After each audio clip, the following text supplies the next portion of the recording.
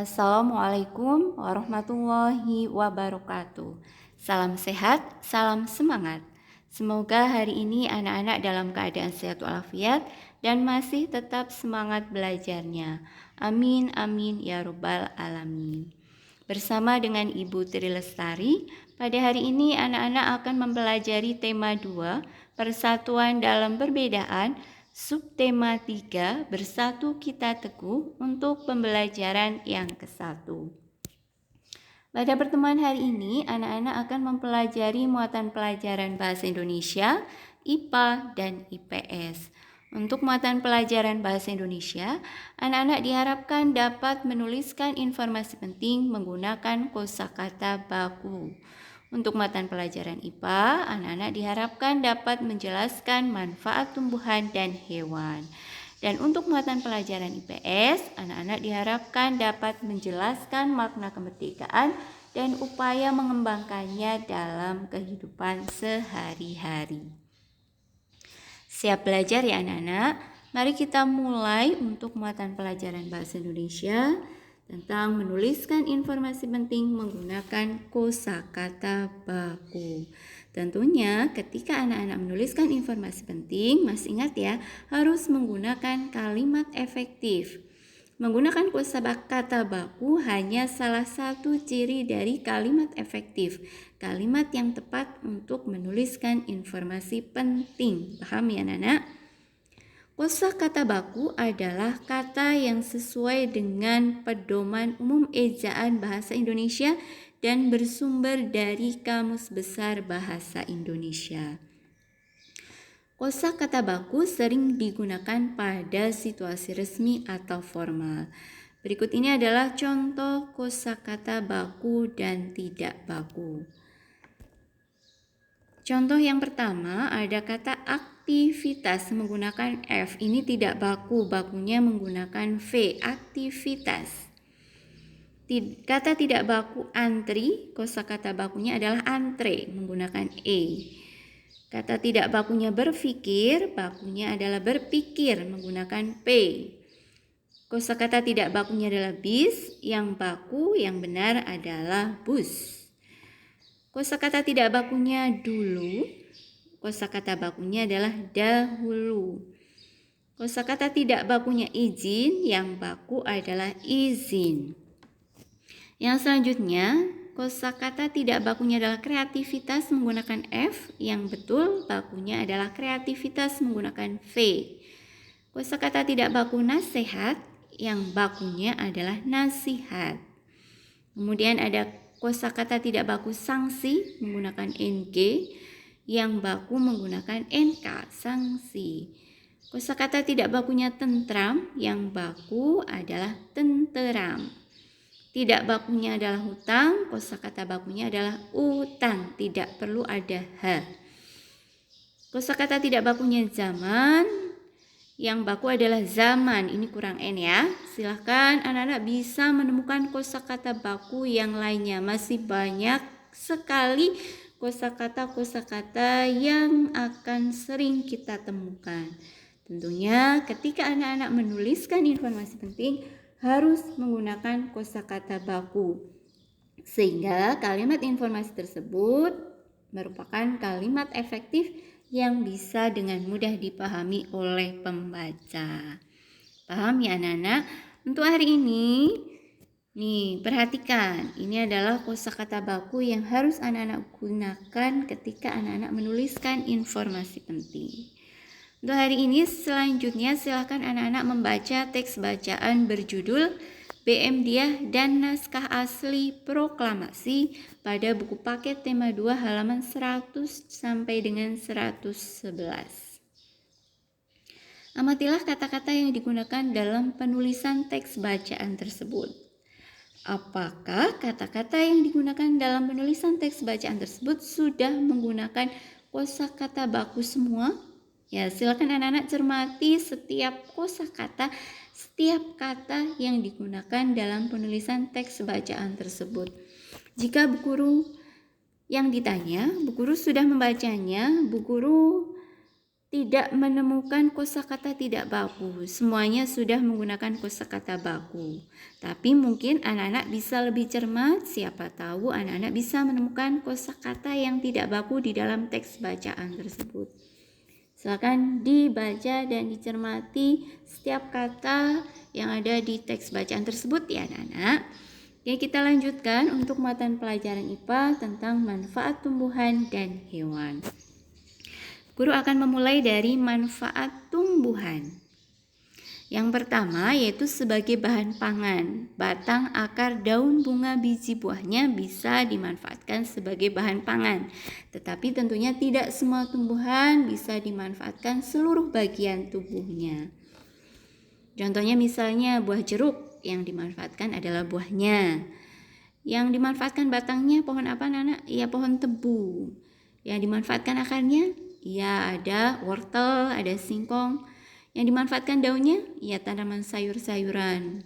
Yang dimanfaatkan bunganya sebagai bahan pangan apa anak-anak? Ada tanaman apa?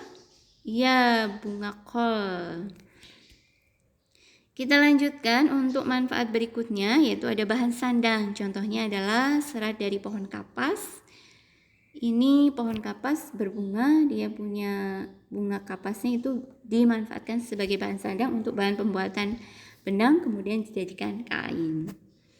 Kita lanjutkan ini sebagai bahan bangunan. Contohnya ada pohon jati, pohon kelapa, pohon sengon, dan tentunya masih banyak pohon-pohon lainnya yang dimanfaatkan sebagai bahan bangunan. Kita lanjutkan tentang tumbuhan yang dimanfaatkan sebagai bahan obat-obatan. Ada jahe, lengkuas, daun jambu biji, dan masih banyak contoh tumbuhan lainnya. Kita lanjutkan untuk tumbuhan yang dimanfaatkan sebagai bahan baku industri. Pohon tebu, teh, pinus. Pinus dimanfaatkan sebagai industri apa anak-anak? Industri kertas, betul. Ada pohon kelapa, industri pembuatan minyak goreng, betul.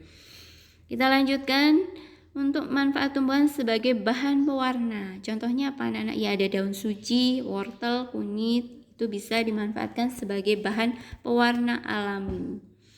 Nah, yang terakhir ini manfaat tumbuhan yang dimanfaatkan untuk menjaga kestabilan lingkungan. Contohnya adalah pohon bakau.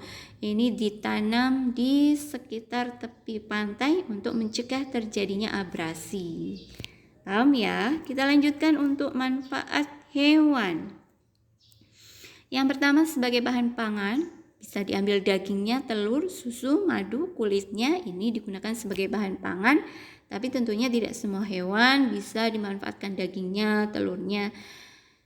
Anak-anak tentunya bisa memberikan contoh dari setiap tadi bahan pangan tersebut ya, yang diambil dagingnya itu hewan apa contohnya anak-anak? Ya sapi, kerbau, ayam.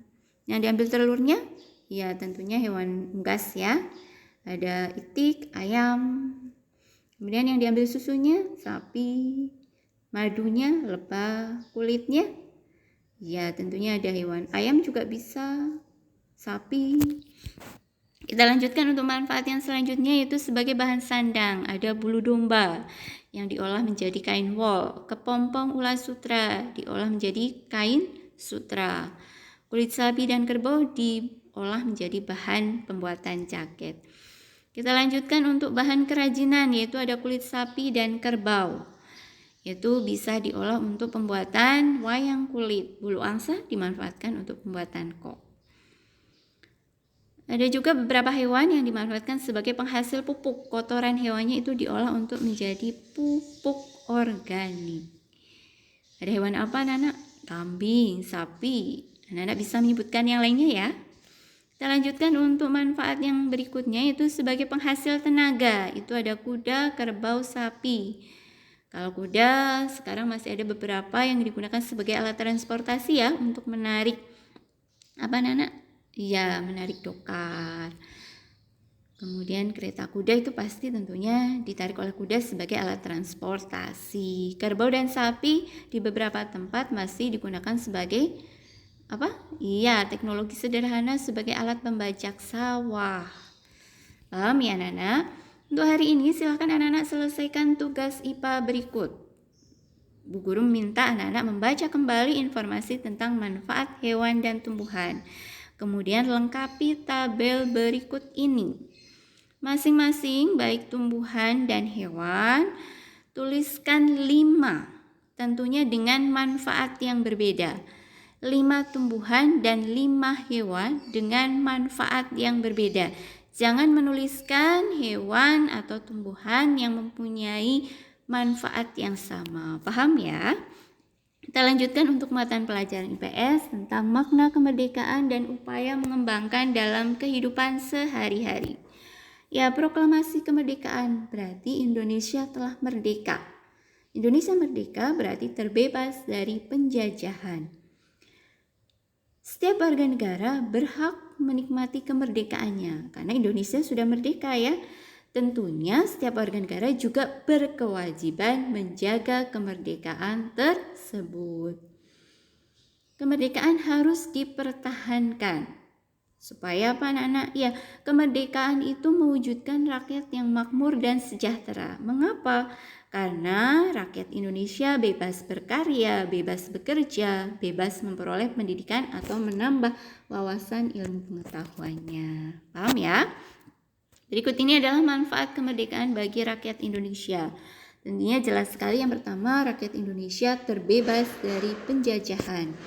Yang kedua, rakyat Indonesia dapat menentukan nasibnya sendiri, dapat menentukan pilihan hidupnya sendiri. Yang ketiga, rakyat Indonesia bebas mencari nafkah sesuai keahliannya, sesuai kemampuannya.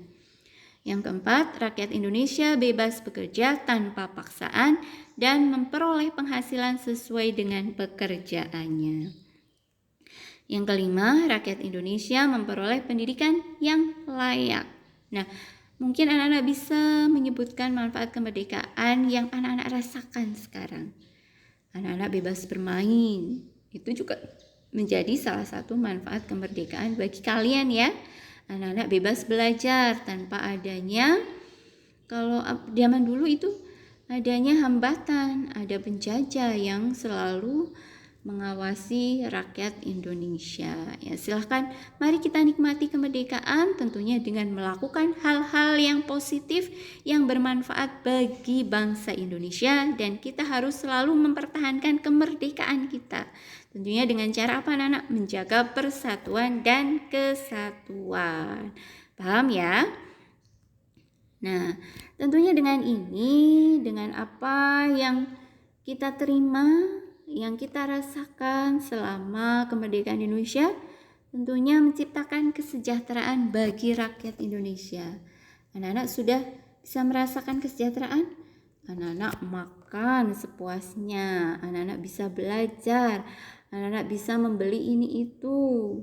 Ya, tentunya anak-anak harus bersyukur punya orang tua yang peduli dengan kalian, mendukung kalian untuk belajar menjadi anak yang hebat, anak yang luar biasa. Mari kita syukuri kemerdekaan ini ya anak-anak. Sekali lagi kita harus mampu bersama-sama mempertahankan kemerdekaan Indonesia. Demikian materi yang bisa Bu Guru sampaikan hari ini. Selamat belajar, semangat terus belajarnya, sukses untuk kalian semua. Terima kasih. Wassalamualaikum warahmatullahi wabarakatuh.